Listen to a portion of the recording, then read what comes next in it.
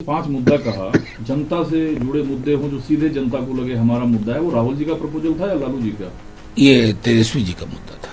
Periodically तय हो कि इतने वर्षों में, इतने महीनों में इतने रोजगार कि हम एक इस अलायंस के साथ हैं, तो हम एक सामूहिक विकल्प देंगे जो संशय से ऊपर होगा। मुद्दा विहीन राजनीति करते हैं। हमें 5 वैसे मुद्दे देने हैं जो इन्होंने इम्फेटिकली उन्होंने कहा जो लोगों को लगे कि ये मेरे मुद्दे हैं, चाहे रोजगार का मुद्दा हो, पेंशन का मुद्दा हो, रोजमर्रा की जिंदगी का मुद्दा हो, बच्चों के भविष्य का मुद्दा हो, बेहतर स्वास्थ्य का मुद्दा हो। इस तरह के मुद्दों का चयन कर, ये मैं समझता हूं उपलब्धि इस मीटिंग की रही कि मुद्दों पर बातचीत हो, मास कॉन्टैक्ट प्रोग्राम हो, seat sharing within 3 weeks at a state level should be ensured. ये तय कर लेना चाहिए। मैं समझता हूं उसके बाद जो कुछ आप मीडिया में देख रहे हैं, मैं माफी के साथ कहता हूं, मेरा मन करता है उनके पांव पकड़ लूं। भूत आता है क्या? प्रेत आके आपको कुछ बताता है कि नीतीश जी नाराज हो गए, लालू जी नाराज हो गए? कोई नाराज नहीं हुआ। नीतीश जी प्रणेता हैं, शुरुआत उन्होंने ही की थी, और लालू जी एक अभिभावक की भूमिका में आज भी उन्होंने निर्देश दिया कि देखो वक्त थोड़ा ज्यादा बीत गया, अब सब कुछ टाइम बाउंड पीरियोडिकली ये तय करना होगा। दूसरा सर यह है कि जो रेजोल्यूशन आया उसमें सीधे वीवीपैट की बात करूंगा, इलेक्शन कमीशन तक जाने की बात है, इस पर सर्वसम्मति मीटिंग में बैठी सभी पार्टियों की थी। देखिए, रेजोल्यूशन क्या होता है, एक होता है मेजर नैरेटिव जो 24 के चुनाव को लेकर के, जो मैंने आपको अभी बताया। दूसरा था कभी सांसदों का निलंबन हुआ है, तकरीबन 150 सांसद। राज्यसभा में तो सुना है कि आज कई सांसद चाहते हैं कि निलंबित कर दिए जाए, वो नहीं किए गए। पता नहीं सरकार क्या सोच रही थी कि इतना काफी हो गया, अब ज्यादा थुथू होगी। दूसरा था ईवीएम को लेकर के सर्वसम्मति थी कि हम इलेक्शन कमीशन को जाके कहेंगे 100% VVPAT counting. VVPAT counting 100% secure करने में, इंश्योर करने में कोई दिक्कत नहीं है। क्यों? मतलब इलेक्शन कमीशन को या सरकार को इससे परेशानी क्यों होनी चाहिए? और अगर 100% वीवीपैट जो कि एक बार वोटर देख करके एक अलग बॉक्स में डाल दे जो वही हो, मैं समझता हूं कि जो भी मन में शंकाएं हैं लोगों की वो खत्म हो जाएंगी। क्या मैं ये मान सकता हूं इस मीटिंग की सबसे बड़ी उपलब्धि ये है, चूंकि ईवीएम को लेकर इंडिया अलायंस के पार्टी लीडर का ही अलग अलग बयान होता था, इस बार ये सर्वसम्मति सहमति से बनी कि वीवीपैट 100% अनिवार्य हो, हर मतदाता को वीवीपैट मिले, इसको लेकर आप लोग जाएंगे। सबसे बड़ी उपलब्धि अगर कहना चाहेंगे आप, हालांकि मैं नहीं मानता हूं कि इतनी बड़ी मीटिंग में जहां इतने दलों के बड़े बड़े नेता हों, सबसे बड़ी उपलब्धि का कोई आकलन किया जाए। सबसे बड़ी उपलब्धि थी ये तय करना कि हम 101 मैक्सिमाइज करेंगे, नंबर 1।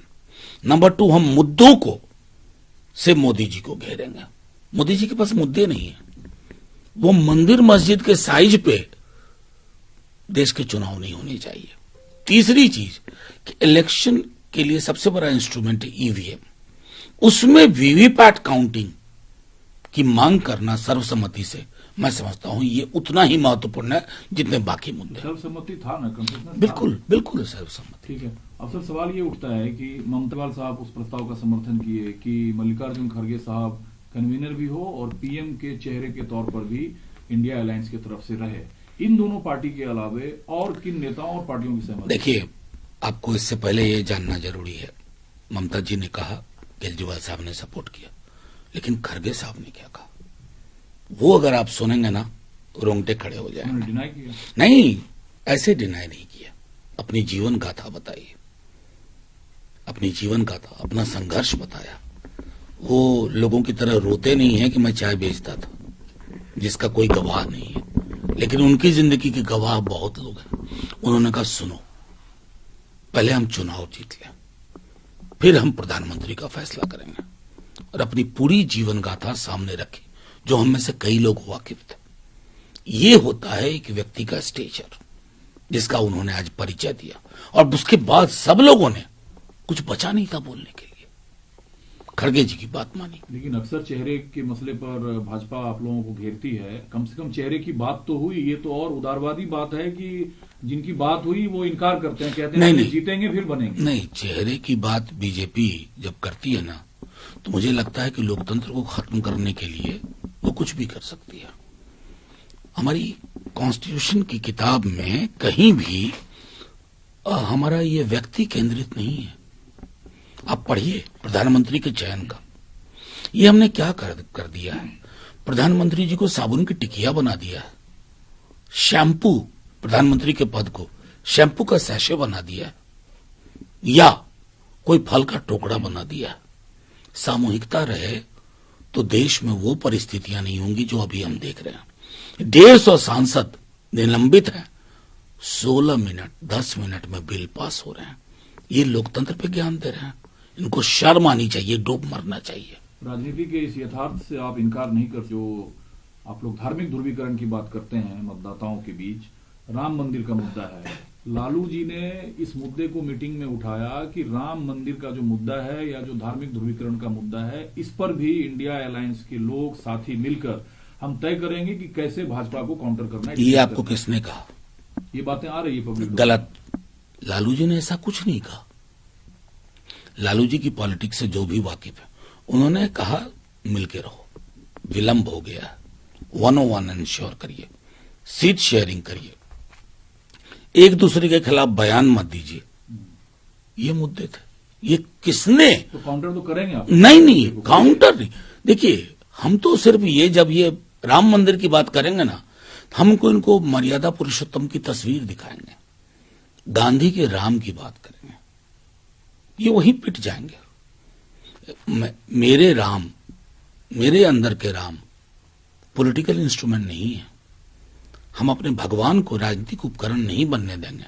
और आपको एश्योर करते हैं कि हमारी जो राम कथा होगी ना, वो गांधी वाली होगी, जिसमें गोडसे के लिए कोई जगह नहीं है। लेकिन जो बात लालू जी ने कहा कि हर लोग अलग अलग तरीके का बयान ना दें, बयान जब आता है तमिलनाडु से मुख्यमंत्री के बेटे साहब ने, उससे राजनीतिक तौर पर नुकसान देखने को मिलता है, तो उस लीकेज को तो बंद करना नहीं। वो सब, उन तमाम चीजों पे बात हुई है, आज ये तय हुआ है। लेकिन जिस संदर्भ में उन्होंने कहा था, उन्होंने कास्ट हिरार्की की बात की थी, ऊंच नीच की बात की थी, जातिगत उत्पीड़न की बात की थी।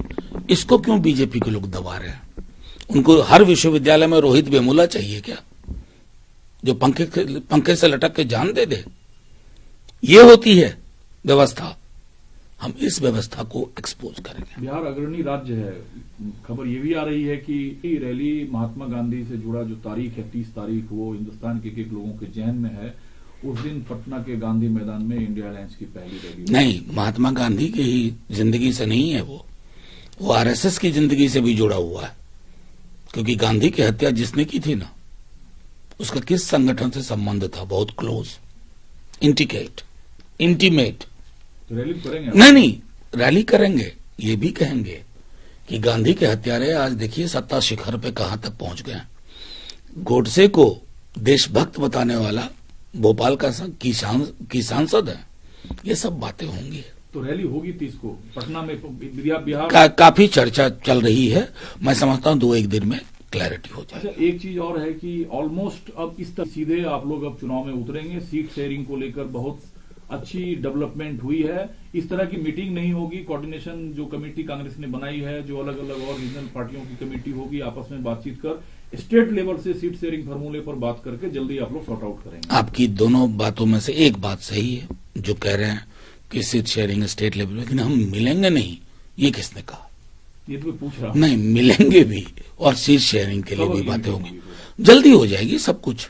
अब तो फास्ट ट्रैक पे है सब चीजें। एक सवाल सर और है। एक प्रमुख पार्टी के बसपा आती है इसमें, तो मैं आउट हूं, वो अखिलेश यादव थे। उन्होंने अपनी बात रखी।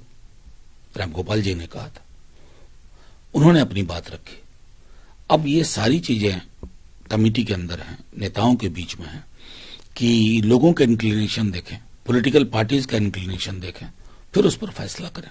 तो उनकी बात सुनी, बिल्कुल सुनी गई, समझी गई, और उस पर बाकायदा खड़गे साहब ने कहा कि रूमर पर हम लोगों को तवज्जो नहीं देना चाहिए। एक सवाल सर और है, चूंकि जो बंगाल को लेकर आता है, बात टीएमसी के साथ होगी या लेफ्ट के साथ होगी, वहां सभी दल मौजूद थे। बंगाल में कैसे होगा ये कोलैबोरेशन? सब हो जाएगा। आप देखते रहिए ना, ये जो स्टेट्स जहां आपको प्रॉब्लम लग रहा है ना, उसी को रिजॉल्व करने के लिए इस तरह की मीटिंग होती है, बेहतर होगा। एक आखिरी सवाल से, जो लालू जी जैसे खांटी नेता वहां बैठे थे, आया टीएमसी की तरफ से, केजरीवाल साहब ने सहमति दी, लालू जी का रुझान क्या है प्रधानमंत्री पद की उम्मीदवारी को लेकर? राहुल जी का क्या है? चुनाव जीतना उनका रुझान है। चुनाव जीतो, मुद्दों से मोदी को हराओ, क्योंकि मोदी जी खोखले हैं, हॉलो, कुछ नहीं है कंटेंट। जो व्यक्ति 2 करोड़ रोजगार प्रतिवर्ष के दावे और वादे पे आया था, आज उसके पास 10 बरस में 2 करोड़ का डेटा नहीं है। इसको एक्सपोज करना, यही आपने जो 5 मुद्दा कहा, जनता से जुड़े मुद्दे हो जो सीधे जनता को लगे हमारा मुद्दा है, वो राहुल जी का प्रपोजल था या लालू जी का? ये तेजस्वी जी का मुद्दा था। क्या 5 मुद्दे होंगे वो? रोजगार। आप जिस माइक से मुझसे ये सवाल पूछ रहे हैं, ये माइक और लोगों तक पहुंचे। ये कैमरामैन जो मुझको रिकॉर्ड कर रहे हैं, उसमें और लोगों की भर्तियां हो, सार्वजनिक संपत्तियों को बेचा ना जाए, रोजगार पर जुमलेबाजी न की जाए, हर क्षेत्र में रोजगार सुनिश्चित हो, सेना में अग्निवीर टाइप चीजें ना हो, जो हो एक लॉन्ग टर्म लोगों को मौका मिले, स्वास्थ्य हो, गृह विभाग हो या कोई महकमा हो, वहां पीरियोडिकली तय हो कि इतने वर्षों में, इतने महीनों में इतने रोजगार। ये मुद्दे हैं। ओल्ड पेंशन स्कीम एक ये मुद्दा। हाँ, आखिरी बार जाते जाते सर ये बताइए कि राहुल जी और सोनिया जी ने क्या कहा मीटिंग में? मैं समझता हूं राहुल जी ने समन्वय की बात की और ये कहा कि हम मिलकर लड़ेंगे। हम अलग अलग दल हैं, लेकिन चूंकि हम एक इस अलायंस के साथ हैं, तो हम एक सामूहिक विकल्प देंगे जो संशय से ऊपर होगा। आप जिस कॉन्फिडेंस से कह रहे हैं कि सीट शेयरिंग फॉर्मूले पर सारा झंझट ही खत्म हो चुका है, आप लोग फेल हो जाएंगे, गठबंधन फेल हो जाएगा, आप कह रहे हैं कि ये किसको लगता है? बीजेपी वालों को लगता होगा, आपको नहीं लगना चाहिए।